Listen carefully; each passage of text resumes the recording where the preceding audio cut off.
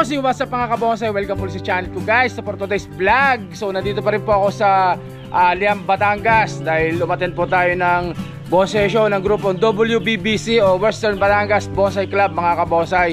So nandito ko ngayon sa bonsayan ng presidente ng grupo o ang pangulo ng grupo na si Sir Andre Lapitan, kaso wala po siya dito sa garden niya at may trabaho po mga kabonsay. So ikutan ko yung mga laga niya. Nandito po ang mga matitinding yangya. Napakaraming yang dinedevelop dito, inaayos para maisali sa mga 2 taon pa o 3 taon. Marami na pong yang kasali doon sa bonsai show na gagawin ng WBBC sa sunod mga kabonsay. So yun guys, hanggang dito. So guys, bago natin po sa intro, bago natin timpisan to, pupusin yung mga intro ko, kaya intro, pasok! Ang gulo nun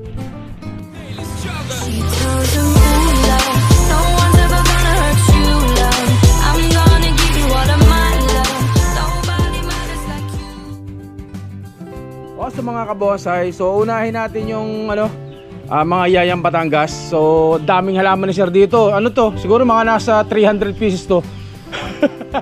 Napakadaming halaman mga kabonsay. Tingnan nyo naman yan, ginawa niya na pong gubat yung kanyang bahay. Sobrang dami ng mga halaman dito. So karamihan hindi pa buo o materialis pa lang mga kabonsay. Pero unahin natin itong mga yayang Batangas guys. Mga yayang Batangas. So ito, yayang Batangas, ganyang kalaki. Tingnan nyo naman. So mga pinapalarga pa rin po mga kabonsay. Ang mga sanga pinapalaki pa. So ayan So ang dinedevelop dito mga second generation na ng sanga. Yung first branch yan malalaki na po. Ayan nagputol na sila. So yung second generation na po yan. Yun na po ang dinedevelop nila dito mga kabonsay. Pero yung iba maliliit pa rin, kaya sabi nila 1 taon pa pwede na po yan isali, pwede nang ayusin yan mga kabonsay. So ang ganda nito, tignan nyo naman yung paa nyan, yan. So yung may-ari po nito siya po ang presidente ng grupong WBBC mga kabonsay.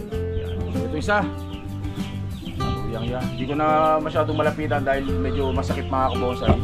So bibigyan na lang natin. Ito malalaki na lang sa mga guys. Batangas pa rin po yung mga kabonsay. Hindi na natin mapunta doon sa kabila, masikip. Sobrang dami ng alagaan ni sir. Ito naman po, ganun pa din yangya. So nagputol na rin sila dyan. Malalaki na. Ganda rin ang paan nito.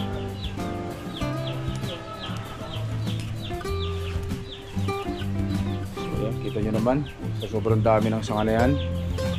So ganyan lang, puro palarga lang kita nyo. Wala mga putol. Yung mga dulo guys, para mas mabilis lumaki. So yan ang diskarte na sabi nila paano magpalaki na sanga ng yangya mga kabonsay.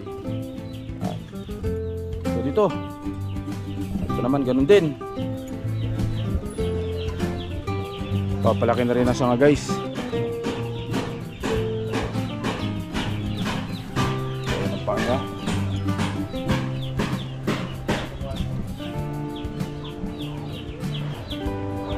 Yangya pa din yan guys.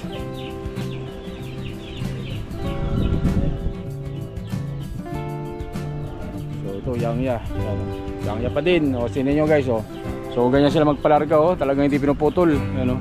Inaya lang nilang pahabayan hanggang dulo. Yan. Yangya pa rin po. Tignan natin dito sa kabila. So ito ang malamang harap nito. Ito. Kaya malalaki lang.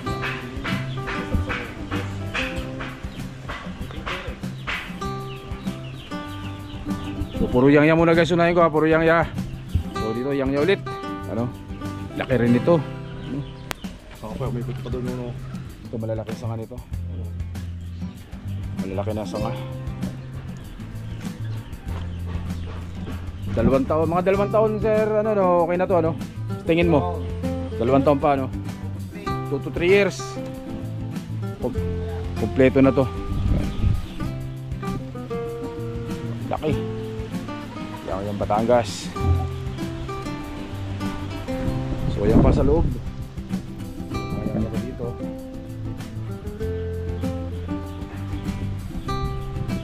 Batangas pa rin yan guys. Mga pinapalargang yangya.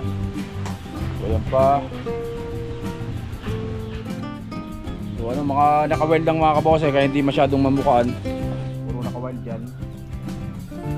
So, gusto ko lang ipakita sa inyo kung gaano karami ang alaga ng yangya ng grupo. Kaya ano, pero hindi pa nakapagsali sa show dahil inaayusan pa. Ito yangya pa din, oh.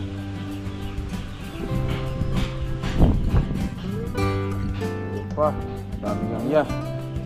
Yangyang Batangas. So yan, mga yangya pa din yan. Tuwid. Yung mga tuwid niyan guys, pang forest yan. Yung pang forest. So itong laki nitong isa na to, troso na. Laki, ganda ng paa, oh. Nakalaki, oh. Grabe yung palarga na to. Laki na ng sanga. So ganyan lang po, walang putol.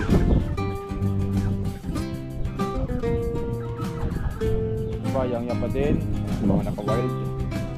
Pero naka-wild na yangya. Yan malaki. Marami pong ano, marami pong inaayos na yang grupo. Wala dito sa kabila. Ito ko sa inyo yung mga halaman dito ni sir. Ito may yang din dito.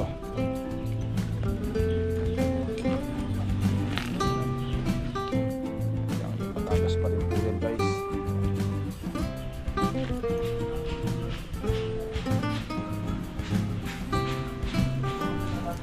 Medyo merong mga medium size, oh. Ito.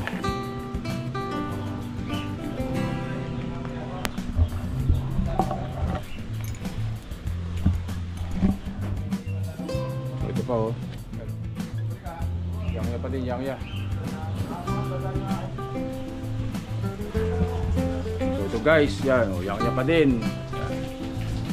Napakadaming yangya dito mga kabonsay, kaso ano pa, mga pa-wild. Ito pa, yangya pa din yan guys. Pinapalarga kasi yung gusto nila bago isalang talaga malalaki na mga branches mga kabonsay. Yung mga initial ano, mga first branch dapat malalaki na gusto nila bago isalang. Ito pa guys, so maganda tong isa na to.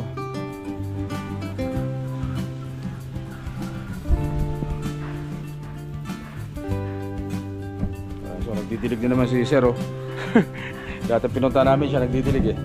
So, ito pa, yangya pa rin yan mga kabonsay. Yung laki rin ito. Yan, ganyan, oh.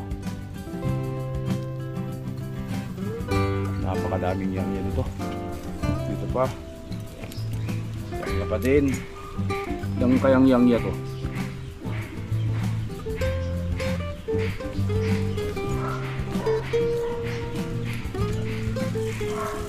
Ito guys, yangya pa rin po yan, yangya. Yangya pa din, dami yangya na to. Dinidilig ito, malaki.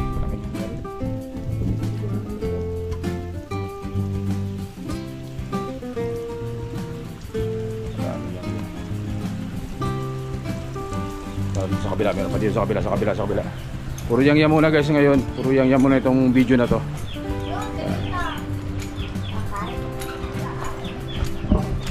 Ito guys, oh. Ito, mga nakapatong mga yangya rin to.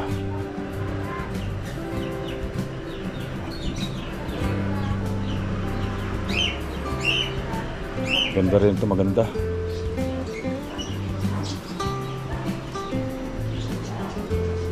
Ito pa.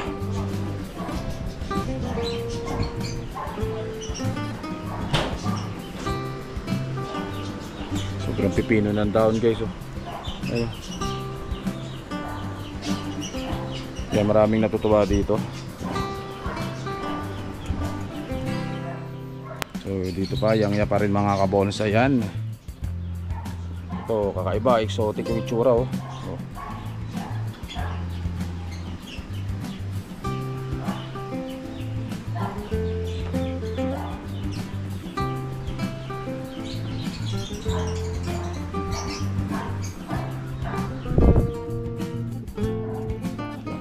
guys.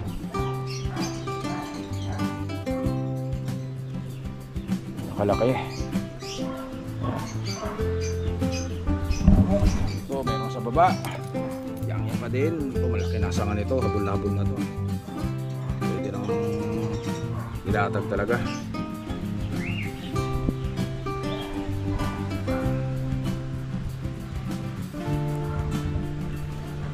Ito yan na pa rin po, makaka-bonsai.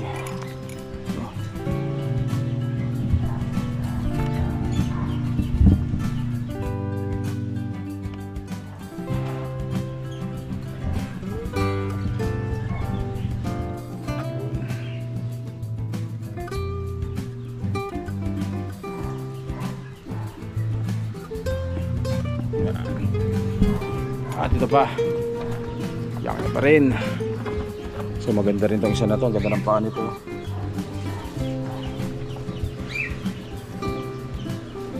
Ito madaling mabuo, malapit ang mabuo to, pwede nang buuin to.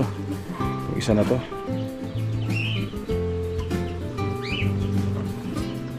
So meron pa ditong yang guys sa likod. So medyo masikip lang dahil marami puro mga talaga mga naka-larga. Medyo masikip mga kabonsai.